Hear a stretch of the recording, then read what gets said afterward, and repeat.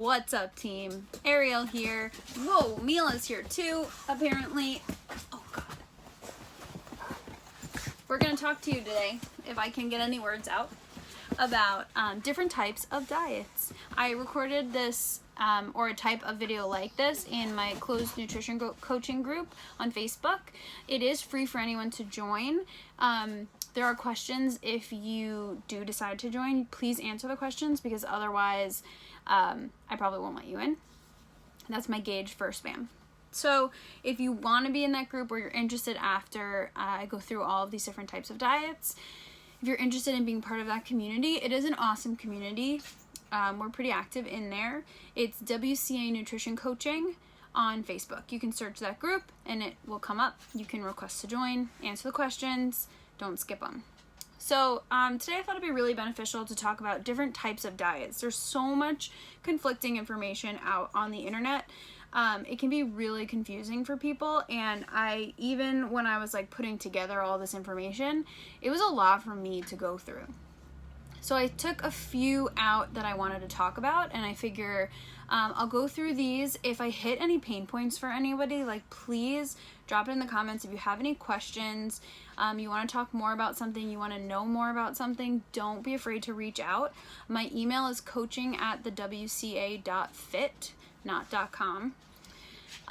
Seriously, if you have questions, you want to talk about anything, please don't hesitate to reach out. I'm happy to chat. I can't promise that you'll like the information that's in here. Some of it is gonna rub some people the wrong way, whether you have some sort of like moral tie to how you eat or whatever beliefs that you're tied to. This might not go well for you, and that's okay. Just kind of take the information and you can do what you want with it. So the first thing I figured I'd talk about is paleo. Paleo is Mila's eating a pillow. That's not food. That's not food. Paleo is best described by the section in the World Class Fitness in 100 words. So it is eat meat, veggies, nuts and seeds, some fruit, little starch, no sugar. That's basically the best outline that you can get for paleo. It's eating whole and unprocessed foods, avoiding grains, avoiding dairy if you want to get like really specific. Basically eating the way that our ancestors would have eaten in the Paleolithic era. That being said, for most people and most people's schedules, taking all of that into consideration, if you can just eat whole and unprocessed foods, that is your best bet, and that will be the easiest way to follow the paleo diet. It was really popularized by CrossFit in the early years because a lot of people realized the health benefits to just eating whole and unprocessed foods. What a concept. That being said, I do think that the CrossFit community, and this is not a knock on CrossFit because I do support the CrossFit community,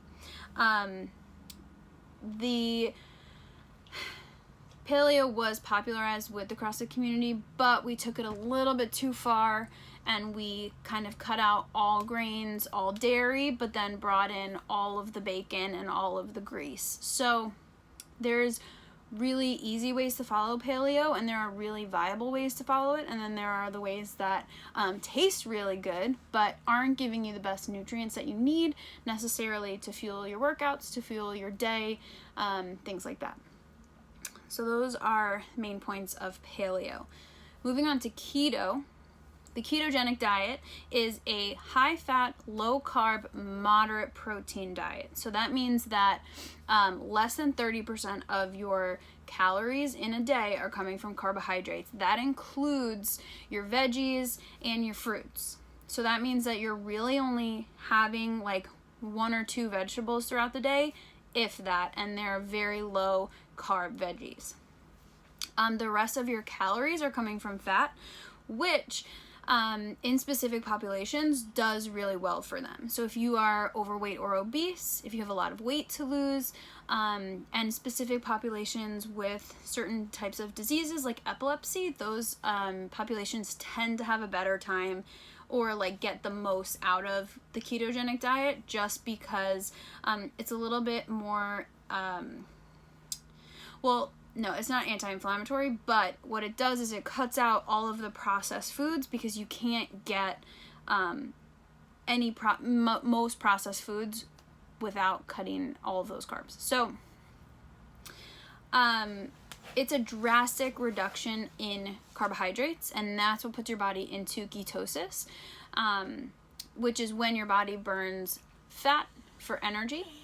So it's a really great option. It's really, really the best option for people that have a lot of weight to lose. If you don't have a lot of weight to lose and you're doing some sort of high intensity exercise, a high fat, low carb diet is not going to be the best thing for you. You might notice that you'll start to feel really sluggish, feel like you're not recovering, feel like you can't push past a certain point. Those are all really great kind of like triggers for you to know that the ketogenic diet is not going to work for you. It also takes a lot of planning, preparation. You have to be really aware at all times of every meal that you're eating, because with one bite of something not in these parameters, you'll knock yourself out of ketosis, and then it's tough to kind of get back in there. So for the type of diet that it is, it takes a lot more energy than I think it's worth for most people, and it's not very sustainable over the long term, because there's so much work that goes into it. So that's the ketogenic diet. In terms of vegan, I want to talk about vegan and vegetarian and the differences, because I had a really great conversation the other day with somebody that did not know the difference. So I think that it's important to go over that. The vegan diet is no animal products whatsoever. So that means only fruits, veggies, soy, legumes, nuts, dairy alternatives, so plant-based dairy alternatives, and grains.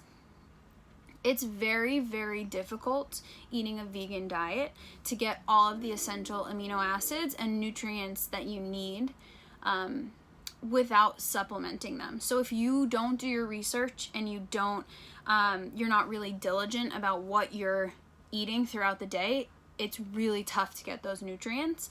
And short term, you may feel fine, but over the long term, you might start to notice nutrient deficiencies. You might start to get sick more often. You might start to feel worse more often, things like that. You might not be able to recover from your workouts. You might not be able to build muscle. All of those things are all kind of like markers that you are in a nutrient deficiency. You might need to reconsider what you're eating. You might need to look into some supplementation. You might need to consult with somebody if you're really, really, really set on continuing a vegan diet. So with vegetarian diets, it's a little different, kind of similar though. So vegetarian diets are no animals, but byproducts are fine. So dairy is fine, which includes cheese, yogurt, milk, and eggs.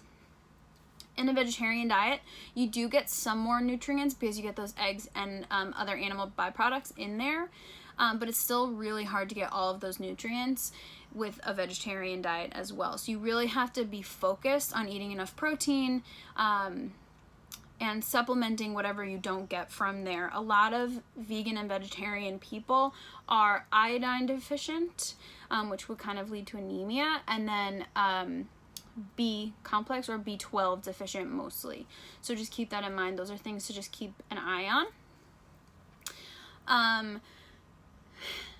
My little caveat is just that you won't have to worry as much if you're eating whole and unprocessed foods most of the time and you're focusing on getting high quality animal products. So if you're eating grass-fed or free range, things like that, those animal products are going to be so much better for you, for the environment, than if you are just cutting it out completely.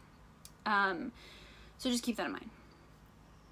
Next, moving on to low carb and low fat. So low carb is very similar to keto. You're prioritizing protein and fats for fuel. In a low carb diet, because it's not specifically keto, you do have the option to go a little bit higher with protein. In a ketogenic diet, it's a moderate amount of protein, so it's usually not super high. It's not ideal A low carb diet is definitely not ideal for anybody participating in any sort of high intensity activity for their workouts, or people that are have super high stress jobs, people that are in really active jobs, so like construction, things like that. The low carb diet does not support that type of activity. So you're going to feel sluggish, you're going to feel tired, you're not going to be able to recover very well, you might not sleep well. So those are all things to keep in mind. However, if you personally feel better with lower carbs and higher fats and higher protein, then you have to do what's right for you. So even if all of those things apply to you, like if you feel better on a higher fat, lower carb diet, that's you. Like, it's totally individualized, but these are just general statements about each of these diets. So just keep that in mind. Last one, low fat. This is really popular in bodybuilding communities because fat is the highest calorie or highest caloric value for each gram. So if you are in a super low calorie part of your cut for like a bodybuilding prep, it's not ideal to have a lot of your calories coming from fat because it's not a high volume meal. Carbohydrates are a little bit higher in volume, less calories per gram. So that's why it's a little bit better. And carbohydrates do fuel your recovery, they fuel your workouts, it keeps you feeling like you have a little bit more energy. So prioritizing carbohydrates and protein in a low-fat diet usually works for people in that realm. So low-fat is better for performance and even aesthetics sometimes, depending on where you're at. And low-carb is really great for people that are looking to lose weight, needing to cut out a lot of processed foods. That's a really easy way to do it. That's all really I have to say about low carb and low fat. I hope that this was helpful for you. It was fun for me to kind of go through all of them, so if you guys want to know more about any of these, please let me know. This was a very small tidbit of each one. I wanted to try and keep this video kind of short to keep you guys in the loop. But if you guys have any questions, please let me know. I'm happy to talk about anything. Shout out to the Airstream for being the best recording studio. And shout out to Mila for being the cutest dog ever and finally settling down. This only took 3 takes. So if you guys have any other questions or you guys want to chat more about anything and everything, please let me know. My email is coaching@thewca.fit, and you can find us at www.thewca.fit. Hope you guys have a fantastic rest of your day. We'll see you later.